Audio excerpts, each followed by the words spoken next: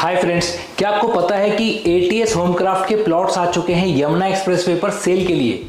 मैं आज वहीं जा रहा हूं और जाकर के देखूंगा कि ये प्रोजेक्ट की लोकेशन क्या है, यमुना एक्सप्रेसवे से कितना दूर है, जेवर एयरपोर्ट से कितना दूर है, इस प्रोजेक्ट में साइजेस क्या क्या आने वाले हैं, क्या प्राइस है प्री लॉन्च में और आफ्टर लॉन्च में क्या प्राइस हो जाएगा, अभी इन्वेस्ट करने से फायदा होगा या नहीं, इन सारे सवालों के जवाब आपको मिल जाएंगे इसी वीडियो में। So please stay tuned with me till the end. Friends, ATS Homecraft के इस नए प्रोजेक्ट तक आने के लिए आपको ग्रेटर नोएडा के परी चौक के पास जो यमुना एक्सप्रेसवे का 0 पॉइंट है वहां से स्टार्ट करना होगा। फिर आप यमुना एक्सप्रेसवे लेकर उसके थर्ड एग्जिट से एग्जिट लेकर टुवर्ड्स जेवर एयरपोर्ट सर्विस लेन ज्वाइन कर सकते हैं।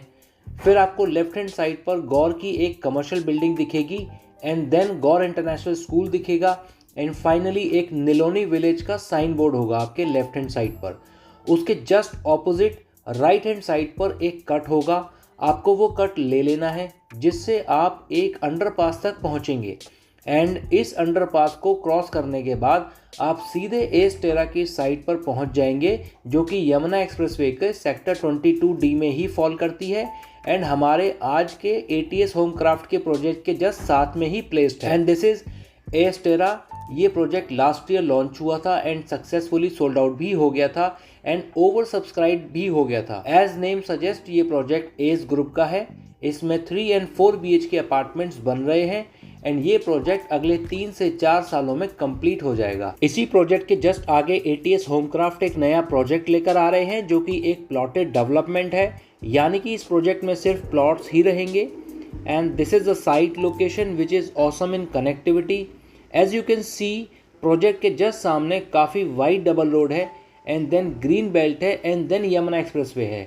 सो ये प्रोजेक्ट यमुना एक्सप्रेसवे फेसिंग रहने वाला है which is a great USP of this project. Hi friends, this is the location जिसके बारे में बात कर रहा था आपसे कि एटीएस के प्लॉट आने वाले हैं। एटीएस होमक्राफ्ट के मेरे पीछे देखिए आप, बोर्ड लग चुके हैं सारे और बैनर लग चुके हैं। Stop planning start plotting coming soon at Yamuna expressway.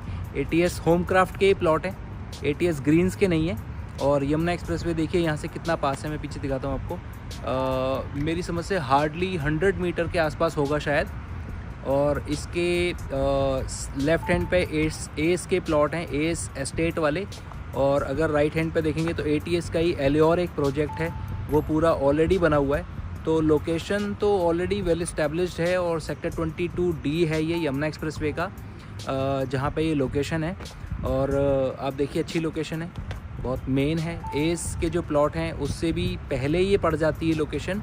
और यहाँ से अगर हम बात करते हैं डिस्टेंस की तो 5 मिनट में आप प्रपोज मेट्रो स्टेशन और फिल्म सिटी पहुँच सकते हैं और 15 मिनट में आप परी चौक और जेवर एयरपोर्ट पहुँच सकते हैं। और यमुना एक्सप्रेसवे तो आपके बिल्कुल ठीक सामने।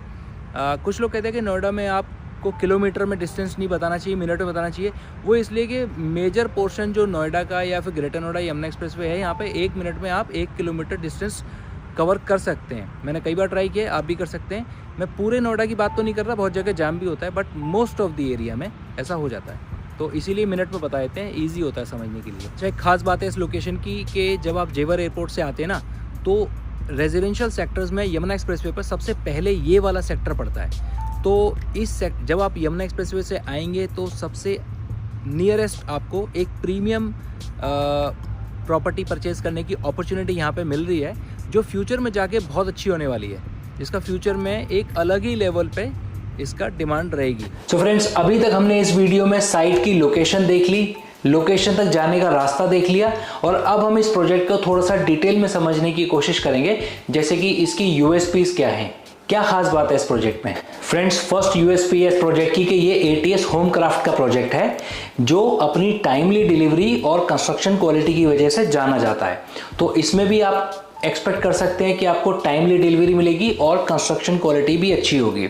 हालांकि एक प्रिकॉशन है कि एटीएस होमक्राफ्ट जो प्रोजेक्ट बनाता है उसमें उसका क्लब हाउस थोड़ा सा डिले पोजेशन होता है, बट प्रोजेक्ट और जो प्रोजेक्ट के अपार्टमेंट्स है वो टाइमली डिलीवरी और रजिस्ट्री वगैरह का इशू वहाँ पे नहीं आता है, क्योंकि HDFC कैपिटल भी उसमें एक पार्टनर है। सो आप एक अच्छा फाइनेंस मैनेजमेंट उनसे एक्सपेक्ट कर सकते हैं। सेकंड फ्रेंड्स, ये जो प्रोजेक्ट है वो जेवर एयरपोर्ट और फिल्म सिटी के काफ़ी करीब है, तो इसका फायदा आपको लॉन्ग टर्म में काफी देखने को मिलेगा।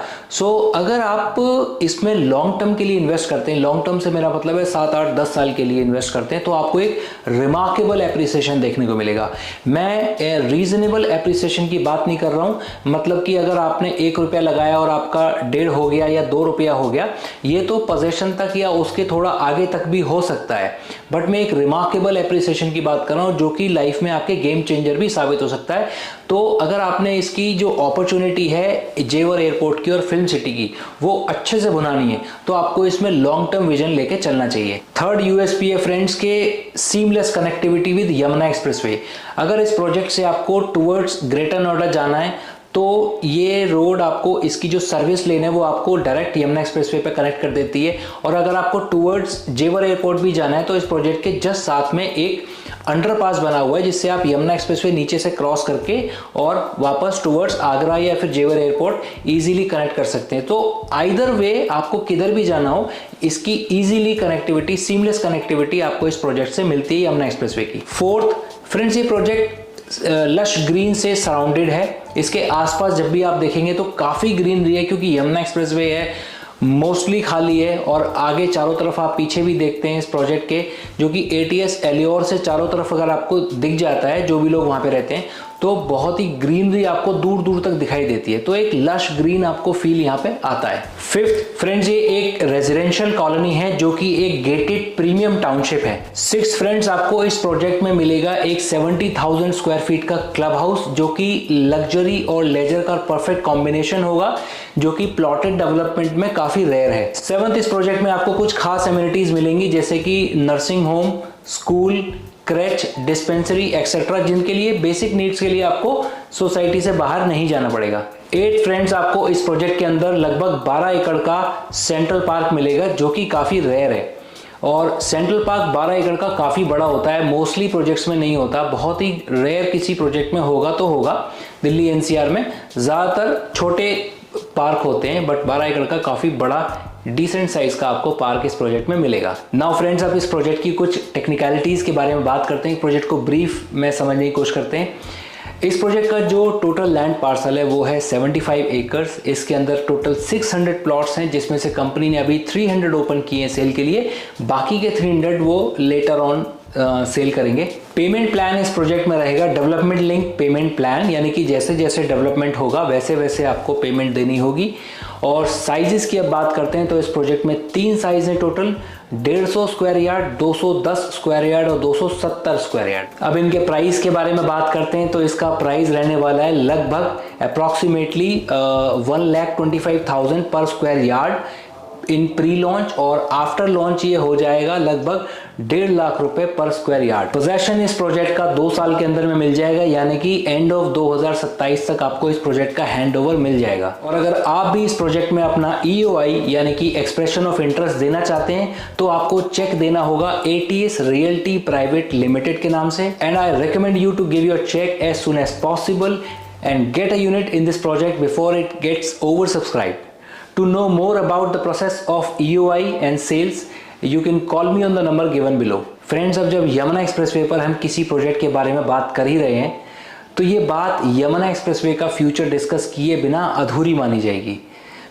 थोड़ा सा डिस्कशन यहाँ पे यमुना एक्सप्रेसवे के फ्यूचर का भी बनता ही है। फ्रेंड्स, यमुना एक्सप्रेसवे सिर्फ एक हाईवे नहीं है, ये एक फ्यूचरिस्टिक ग्रोथ कॉरिडोर है।